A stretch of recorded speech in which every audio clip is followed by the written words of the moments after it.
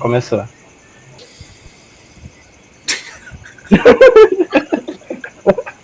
É muito sacana, né? Ai, Deus. É porque é silêncio, né?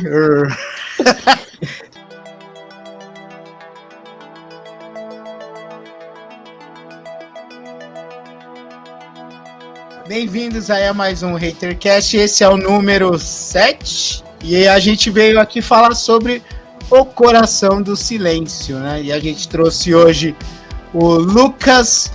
Oi, Lucas. Fala, galera, beleza? Dessa vez Agora a gente veio falar sobre um HQ muito boa aí, do Paul Dini, um dos melhores escritores do Batman. Fala aí, Dani, fala um oi. Era você o primeiro, mas desculpa, né? Eu me atrapalhei. Fala um oi, Dani. Começamos muito bem hoje. Hoje tá foda. A gente trouxe aqui de convidado hoje o João. Fala um oi, João. Oi, rapaziada. Tranquilidade. E também o JD, José Davis, tá aí com a gente. Fala um oi, Jota. Fala aí, galera. Bom dia. Boa tarde, né? Na verdade, vamos falar Boa pouquinho. Noite, também. Ou boa noite, né? Depende da hora que você vê o vídeo, né? Quem sabe. Vamos falar um pouquinho aqui sobre o Coração de Silêncio.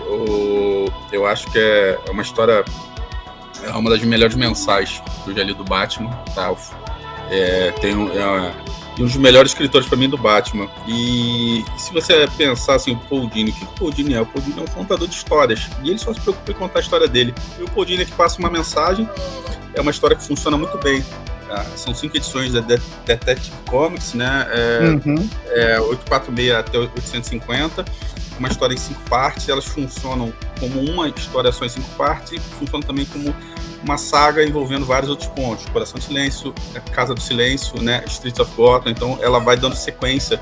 Então é uma história que é basicamente o silêncio, né? Sendo explicado, sendo esmiuçado e tentando atacar o seu algoz, principal algoz, que é, na verdade, o Bruce Wayne, não o Batman, né? Na verdade, atacar o Batman, ele é uma forma de atacar o Bruce Wayne. Então dá pra dizer que o silêncio é o maior inimigo do Bruce Wayne, não do Batman. É uma história boa, eu gosto também, eu gosto muito, pra falar a verdade, né? Até indiquei ela pro Luquinha, né, Lu?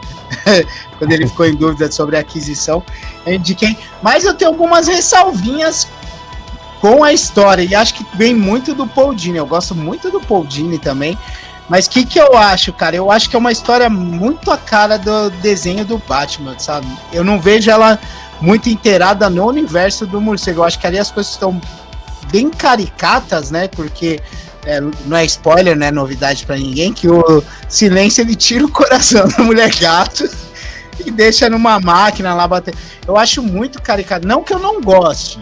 Eu gosto, mas eu acho bem caricato, bem coisa de trama de vilão de desenho. Apesar de ler, eu acho que eu concordo bem com o que o Jota falou, porque ele dá um aprofundamento no silêncio que ele não tinha, na verdade, no Thomas Elliot, né? Ele não tinha a motivação dele em Silêncio, que é uma história ok, não é maravilhosa, que nem todo mundo fala, ou não é ruim como o resto do mundo fala também. É uma história ok, é boa, legalzinha. Só que o Silêncio quer matar o Bruce porque sim, porque tem invejinha e tal. Aqui eles mostram que é isso, mas não é bem por aí, assim, ele tem a motivação, ele não criou assim do nada, eu vou matar o Bruce Wayne porque os pais dele morreram, não, ele tá fazendo a coisa por certos traumas que ele passou na infância, né, a comparação, ele foi sempre preterido ao Bruce Wayne, né? O Bruce Wayne era utilizado como um espelho que a mãe dele esperava que ele fosse, né? E o pai dele era um cara abusivo, não era um cara gente boa, que nem o Thomas Wayne, né? Então ele tinha inveja do que o Bruce tinha e das comparações que a mãe dele fazia até a idade adulta já, ele estava cursando já a medicina, e a mãe dele ainda continuava falando, ai, meu filho não sei o que, tipo, queria que fosse o Bruce Wayne. Então dá uma motivação pro personagem real, né? Não é uma coisa do, seus pais morreram, eu queria que os meus morressem, eu vou te matar agora por causa disso. A parte final que me incomoda demais, o final me incomoda um pouquinho, o dinossauro, o robô se mexendo, ele destruindo, dando pau em 2 Robin, né? Um Robin e o Asa Noturna, achei meio forçado, por isso que eu acho que ficou muito a cara do desenho, me lembrou muito um episódio de desenho da série animada, que todo mundo sabe que eu não gosto, e isso me bloqueou um pouquinho pra história, apesar de ser uma história boa, né? Concorda, Dani? Começar dizendo que você admitiu que tem bloqueio na série animada. Não, Muito obrigado. Falei que eu não gosto do quadrinho. Falou. Não. Eu falei que não gosto da série. Não falei que tem bloqueio, né? Tá gravado. Vou deixar em preto e branco na edição. A série animada, que todo mundo sabe que eu não gosto, e isso me bloqueou um pouquinho. Eu concordo muito com o JD, eu acho a história muito boa. E aqui ele traz uma motivação, né? Algo mais profundo pro Silêncio. Ele explora melhor esse personagem, que é muito mal apresentado. E é uma motivação plausível, né? Porque o jeito que a mãe dele trata depois do acidente eu acho que é até cruel, porque ela limita a vida dele, né? Que ela fica naquela questão, você tem que ficar do meu lado, que eu não posso perder mais ninguém. E ele não consegue fazer nada, né? E até a questão da relação que ele teve, que é filha de um mafioso lá. E ela tira o direito dele, né? A riqueza por causa desse relacionamento, que ele estava se afastando da mãe. E os planos que ele ia sair de lá, né? Então ele sofreu muito nas mãos da mãe depois do acidente. E tem um porém também no acidente, que não é bem um acidente, né? Acidente. Porque o plano era os dois morrerem, né? A mãe dele sobreviveu. Aí ele não pode dar cabo do plano, que era pegar a fortuna, porque já o Sam Bradley até, né, o personagem que surgiu lá na Detective Comics número 1, ele tá meio ligado que o cara tá o Thomas Elliott tá nesse rolo aí. Então ele tem que suportar a mãe, ele precisa dela para acessar a fortuna, né? Como se ele ganhasse uma mesada toda hora, ele tem que se submeter à vontade dela para ter dinheiro. E ela se mete nas relações, como o Dani falou, é bem complicadinho. Essa parte eu acho muito boa da HQ, sabe? Eu acho que se perde justamente quando põe a galera de máscara, Batman, Mulher Gata, eu acho que fica meio caricato demais, entendeu? Fica meio um episódio de desenho animado. Até aquele negócio de trocar a cara dele, eu entendi o que ele quis mostrar ali, mas eu achei meio bosta. Você chegou agora no que eu ia mencionar. A parte do coração eu acho legal. Eu não achei demais, não. Mas essa parte assim do rosto, da cirurgia no rosto, pra ele ficar igual o Bruce, eu achei um pouco demais. Um pouco assim que eu acho que o Paul Dini quis jogar mais na nossa cara ainda, porque ele tem inveja do Bruce, que ele quer ser o Bruce, né? É engraçado porque assim, ele odeia muito o Bruce Wayne, mas ele quer ser o Bruce Wayne, né? Porque ele quer ser órfão igual o Bruce, ele quer tudo igual o Bruce. E eu achei assim, repetindo agora um pouco o que vocês falaram, acho que essa HQ cria uma profundidade psicológica muito interessante, assim, personagem que não tem no Silêncio lá do Jeff Loeb e do Jim Lee, que assim... que vocês falam que gostam, assim, eu não gosto, eu acho muito ruim essa história. Você tá errado.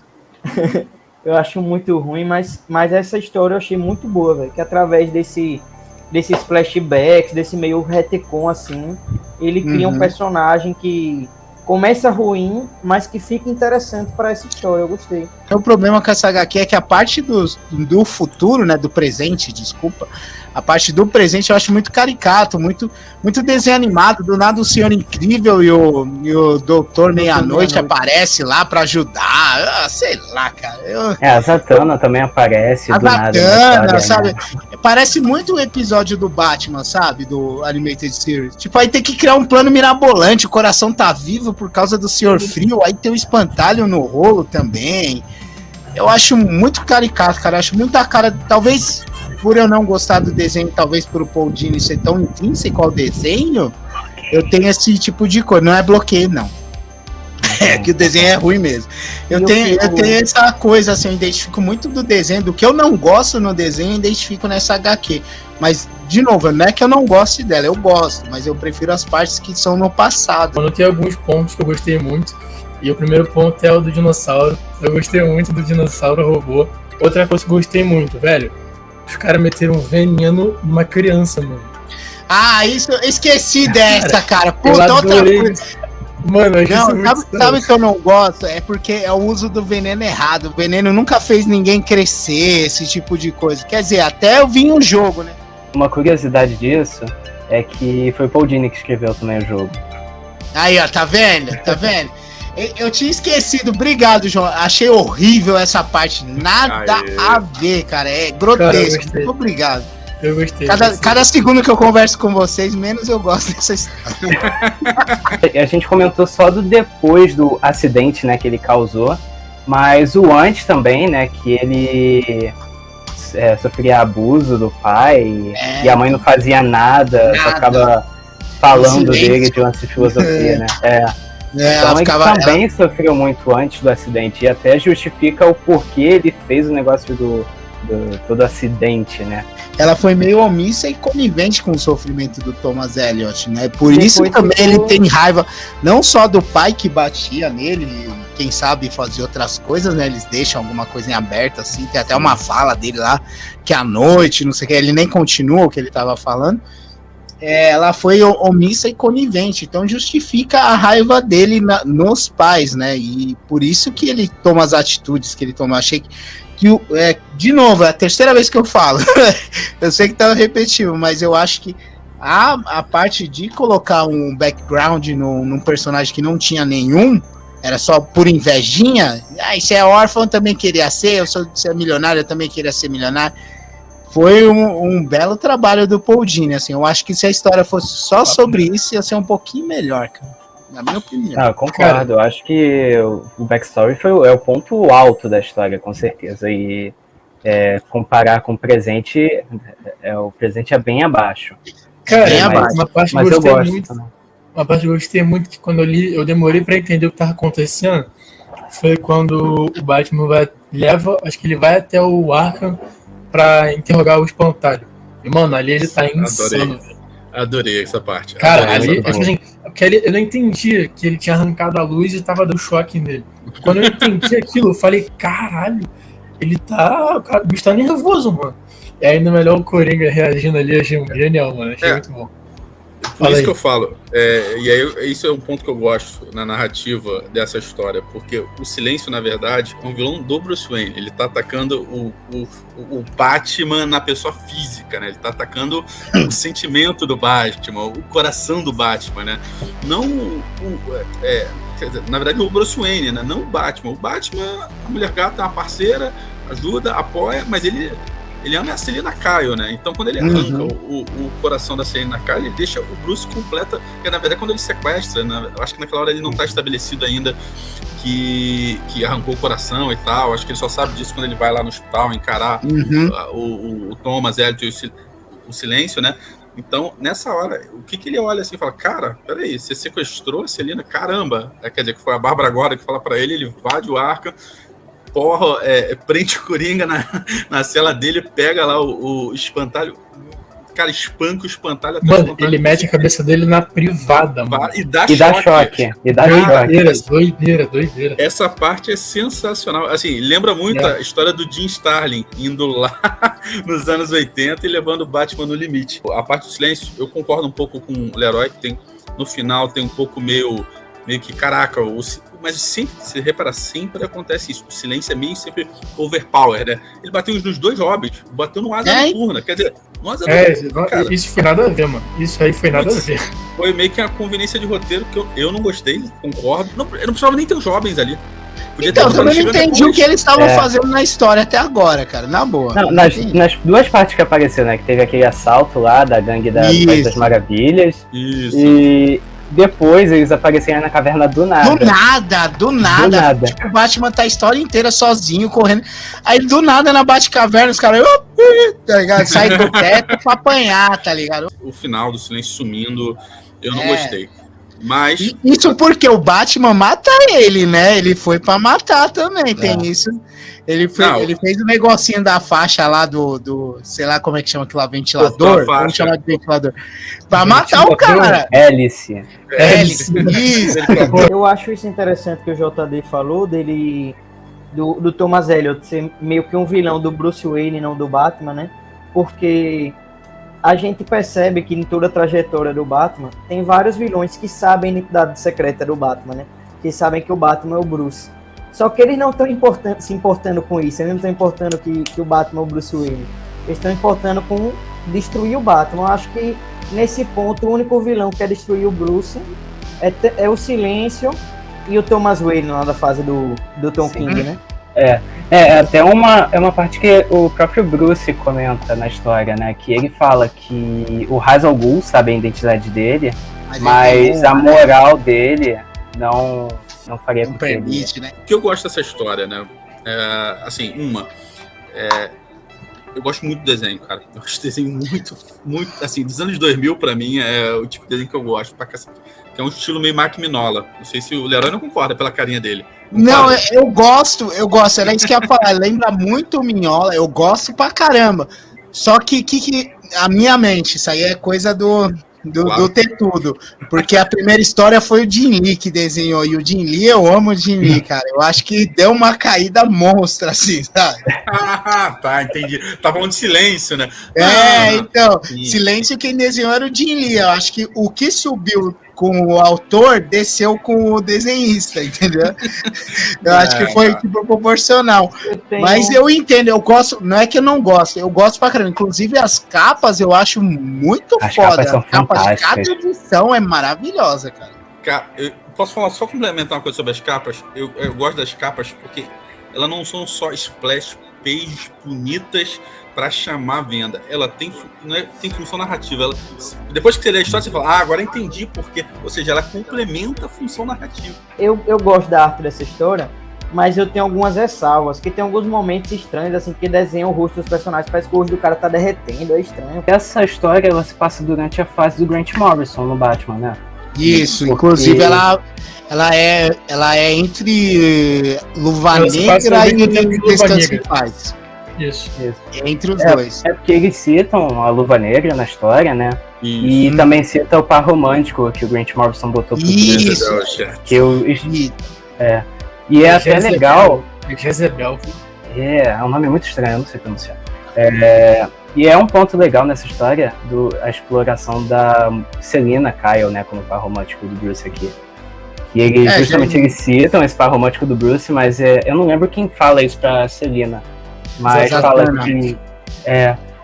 que a Selina realmente é a grande paixão do Batman, né? Não, do Bruce. Que não importa com quem ele esteja, mas que o coração dele tá com a Selina. E uma coisa que eu acho legal dessa história é que ela meio que... Não vou falar que ela prepara um terreno, porque o Tom King ele vai para uma vertente até bem distinta. Mas não, dá para dizer que ela já é um ensaio do que o Tom King viria fazer antes, né? Aquele amor impossível, casa não casa... E até que o James Tyrion fez, que eles se separam pra fazer uma besteira, né? Mas, assim, ele tá pobre. Se você pode pensar, Silêncio, né? Lá com, vamos dizer assim, o James Tyrion está com Joseph Loeb, né? Que fez aquela besteira de separar os dois no final de Silêncio. Uma bobajada do cacete, né? É uma das coisas que eu não gosto de Silêncio. E o Tom King faz uma coisa mais parecida com ele, que é assim, cara... Dá certo, beleza, a gente vai se amar, né? A gente vai se amar sempre, a gente, né? Somos um grande casal, mas, cara, quando der a gente fica, quando não der, beleza. Vive a tua vida aí que eu vivo a minha, mais ou menos isso, a coisa madura. A única coisa que eu gosto do Silêncio é o relacionamento delas duas, eu acho, deles dois. Do Batman e da Mulher Gato, eu acho legal pra caramba, velho. Eu sempre gosto de quando eles exploram isso, porque eu gosto pra caramba disso, assim, do Batman. Ele é um personagem muito moralmente reto, assim, correto, mas no fundo ele é apaixonado por uma pessoa que é uma anti-heroína, no mínimo, né? Uma anti-heroína no mínimo, porque ele é uma ladra, né? Eu queria saber de cada um, começando pelo Dani. Aí, Dani, qual é o ponto forte da história? Você fala, pô, isso é foda, e o ponto fraco você fala, isso é foda, e a nota que você dá pra ela, de 0 a 10, cara. Eu já vou começar burlando, eu vou falar 2 pontos fortes. Nossa. Não vou falar 1. Eu acho que toda a exploração do Thomas Elliot, né, mostrando o passado dele, contando a história dele, desenvolvendo o personagem finalmente, né? E a relação do Bruce com a Selina, que também aqui é muito bem explorada, acho que são os pontos fortes. Os pontos fracos é a parte do Batman, Batman ação, né? Eu acho que essas são as partes fracas da história, aquela parte com o espantalho, o menino lá com veneno. Eu acho bem fraquinho essas partes. Minha nota é 9 de 10. É uma das minhas histórias... Isso que tem ponto fraco pra caramba, hein? Não, mas eu acho que os pontos fortes, eu acho que se sobressai muito mais do que os fracos. Eu reli antes de gravar aqui o Hatercast de novo, e, cara, foi uma leitura de menos de 1 hora pra mim. Foi muito rápido, que é muito boa essas partes que eu comentei, né, os pontos fortes. Lucas, tu, meu jovem, fala aí, pontos fortes, pontos fracos e quanto vale o show? Eu acho que eu vou discordar um pouco do Dani só na nota, porque os pontos fortes e fracos, pra mim, é a mesma coisa. Pra mim, um ponto forte é a exploração da relação entre o Bruce e a Mulher Gato e todo o background do personagem, Silêncio, os flashbacks e tudo, muito legais. Eu vou discordar na nota, porque, como eu falei, eu tenho um pouco de ressalvas com alguns momentos da arte dessa história. O Massa Véio eu acho chato, também, assim, não ficou legal, parece meio Tom King, assim, que não sabe fazer essa parte do Massa Véio e tal. Eu acho que eu dou 7,5. Peraí, que falou? Acho que eu dou 7,5 pra essa 7,5? Acho que eu não vi mesmo. É muito boa, mas, assim, eu acho que fica um 7,5. Tá certo. Eu acho ok a sua. Não que eu precise concordar com a nota de alguém, mas eu entendo bem o que você tá falando. João, fala você agora, meu filho. Ponto fraco, ponto forte e a nota. Cara, o ponto forte foi a psicopatia do Thomas Elliot, muito bem trabalhado, todo mundo já falou isso, mas, porra, é inegável ali. A história transformou o cara. O outro ponto forte, vocês vão discordar, mano, mas eu gostei muito da participação do Espantalho no quadrinho, mano. Gostei muito da participação dele. Mano, o lance dele botar veneno na criança, eu fiquei chocado com isso, de verdade. E, porra, depois a cena dele apanhando no arco, mano, isso tudo eu fiquei muito chocado. O ponto fraco, mano, a arte, mano, tipo assim, não é um ponto fraco, eu não tiro o ponto disso.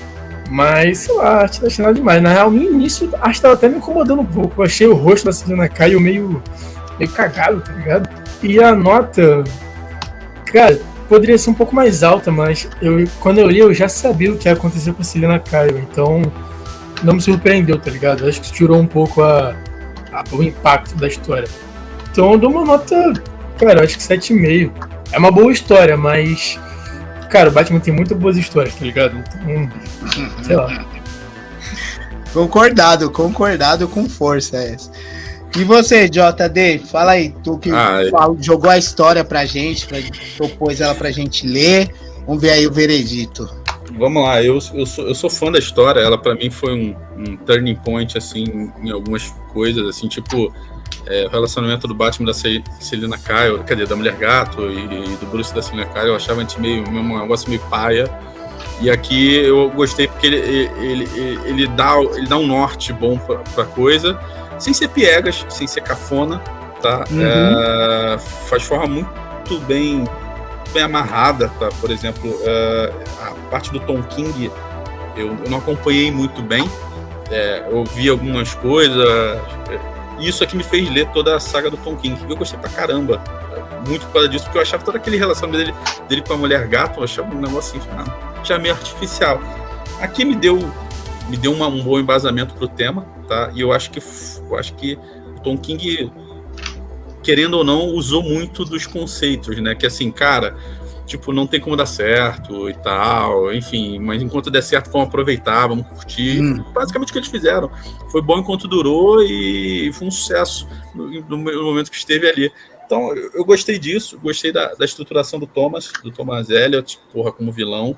Mas o vilão do Bruce Wayne, pra mim, ele é o melhor, né? O cara que eu odeio o Bruce Wayne, né? O cara que tem raiva do Bruce Wayne. E, na verdade, o Batman é o meio para ele atingir o Bruce Wayne, né? Então, isso pra mim é muito bem feito, muito bem caracterizado. Todas as cenas de flashback, pra mim, são muito, muito, muito boas mesmo. E ajudam a plantar uma sementinha de todo esse processo. E ponto fraco eu acho a Massa Véia ok, o que me incomoda um pouco às vezes é a conveniência de roteiro. Foi até um ponto que o Leroy falou, tem umas conveniências de roteiro que tu olha e fala assim, putz, assim, tipo o Doutor Meia-Noite lá e o Senhor Incrível, tipo, aparece meio do nada. Tudo bem, o Batman pode ter ligado e tal, mas assim, algumas conveniências assim... meio forçada, né? Meio não é natural, né, cara? Fora isso, mesmo assim, eu gosto muito da história. Eu acho que os pontos que eu falo, puxar um pouco o Dani, os pontos fortes da história superam muito os pontos fracos, então dou nota 9 também. E pra mim, de história de mensal, é top 3 do Batman, tirando ano 1, que ano 1 é covardia, aquilo ali só não foi um gráfico 9 com uma burrice da DC. Mas tirando o ano 1, ela é top 3, se não for top 2 ou top 1. É isso. Eu concordo com todo mundo aqui, menos com o João, porque... Pra variar.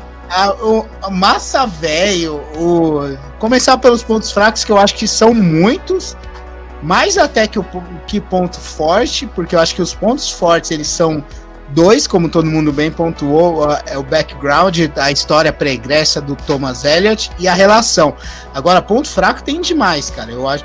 Só que, não é que eu achei a história ruim, ele tem pontos fracos, tipo, o massa velho é horrível, o presente é sem sentido nenhum, muita conveniência de roteiro, citações a sagas que estão acontecendo paralelamente, que se você ler separado, vê Luva Negra, do que ele tá falando, aí Rest in Peace aparece às vezes nas histórias, você não tá ligado, é algo que tem que dar uma forçadinha para interligar as sagas que estavam acontecendo. E mas, como a gente estava falando, são muitos pontos fracos, mas são pontinhos fracos, não é uma coisa que atrapalha a leitura, que você vai achar uma merda, vai abandonar. Pelo contrário, os pontos fortes, eles sobressaem, são 2 só, né? Mas são 2 que permeiam as 5 edições por completo. Não é uma coisa que aconteceu, o Asa Noturna e o Robin apanhou, no final da saga e 2 quadrinhos eles apanharam. Não, os pontos fortes são desde o início até o final, trabalhando bem a relação entre os personagens, entre o Thomas e a mãe, Thomas e o pai, Thomas e o Bruce e a Selina. A relação dos personagens é bem trabalhada. A parte já no presente, massa velha, investigação, eu achei bem fraca e bem caricaturada, bem tirado do desenho, parece um desenho do Batman, um episódio do Batman Animated Series, que é uma porcaria. O dinossauro gigante indo atacar, o cara destruir com 2 pistolinhas, que a bala não acaba nunca, acaba só no final, quando o Batman chega, que conveniente, de novo, né? Beleza. Mas eu acho uma história muito boa, cara. Eu acho que é porque ela pega um personagem merda e transforma em alguma coisa. Você vê que às vezes não é um personagem ruim, o escritor é que não soube trabalhar com ele direito, né? Quando chega alguém que sabe contar uma história, o Paul Dini é isso, ele é uma pessoa que conta histórias, por mais que eu não goste do trabalho do Animated Series, eu acho chato, mas ele conta histórias, ele sabe o que ele quer falar, foi até o início da fala do Jota no programa, ele sabe o que ele quer contar e ele vai lá e conta, ele não chega lá e vai emendando uma coisa na outra para parecer ok, não, ele... Vou dar um background para esse cara aqui e vocês vão gostar, e gostamos mesmo. Assim. Minha nota é 7,5, igual a do Luquinha, novidade, né? A gente concordar em alguma coisa. Mas obrigado aí, pessoal, pela visão única aí, né? De alguns eventos acontecidos na revista. Mas valeu, gente. A gente se encontra então no próximo. E até mais. Beijos, paz. Tchau. Valeu galera. Abraço. Tchau, tchau. Valeu.